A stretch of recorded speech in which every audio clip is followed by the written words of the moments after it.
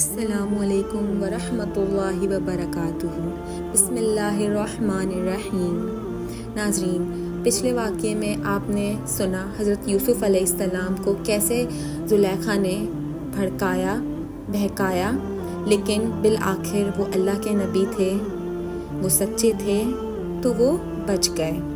آج ہم آگے پڑھیں گے عورتوں کی دعوت کے بارے میں۔ اس واقعے کی خبر سارے مصر میں پھیل گئی اور عورتیں آپس میں باتیں کرنے لگیں کہ زلیخا اپنے غلام کو چاہتی ہے۔ جب زلیخا کو اس کا علم ہوا تو اسے اپنی بدنامی کا خیال آیا۔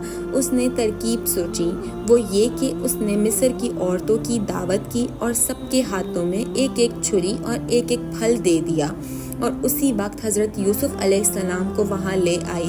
عورتوں نے جب حضرت یوسف علیہ السلام کے حسن و جمال اور خوبصورتی کو دیکھا تو وہ سب اپنے ہوش میں نہ رہیں اور چھریوں سے بجائے پھلوں کے اپنے ہاتھوں کو کاٹ لیا اور کہنے لگیں، واقعی یہ کوئی انسان نہیں، فرشتہ ہے۔ زلیخا نے ان عورتوں سے کہا کہ یہ وہی شخص ہے کہ جس کے لیے تم مجھے ملامت کرتی ہو، میں حقیقت میں اس کو چاہتی ہوں۔ اگر اس نے میری محبت کو ٹھکرا دیا تو میں اس کو قید کرا دوں گی۔